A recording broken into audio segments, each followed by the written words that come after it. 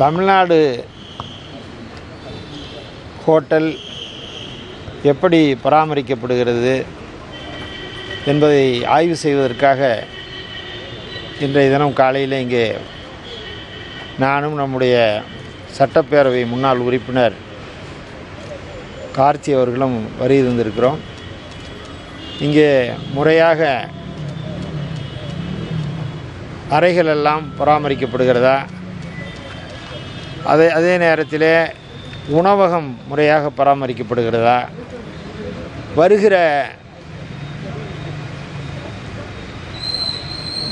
Customers இங்கே வந்து தங்கக்கூடியவர்கள் அவர்களுக்கு எல்லா வசதிகளும் கிடைக்கிறதா என்பதையெல்லாம் ஆய்வு செய்வதற்காக வருகை தந்தோம்.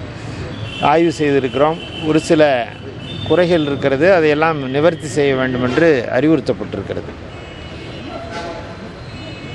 ஆள் பற்றாக்குறை நிறைய இருக்குது. இது போதுமான அளவு அவுட் சோர்சிங்கில் எடுத்திருக்கு.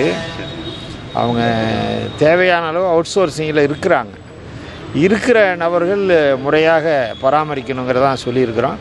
வருகிற இங்கே வந்து தங்கக்கூடியவர்களிடத்தில் ஒரு கனிவான உபசரிப்பு இருக்க வேண்டும், அன்பாக அவர்களிடத்தில் பேச வேண்டும், உணவு சுவையாக வழங்க வேண்டும், அதே நேரத்தில் ஒரு நீட்னஸ் க்ளீன்லினஸ் இருக்கணும், தூய்மையாக பராமரிக்க வேண்டும் என்று சொல்லப்பட்டிருக்கிறது.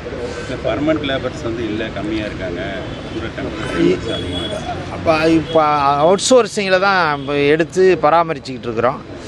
பர்மனெண்ட்டாக போடணுன்னா அது குறித்து ஆய்வு செய்து முறையாக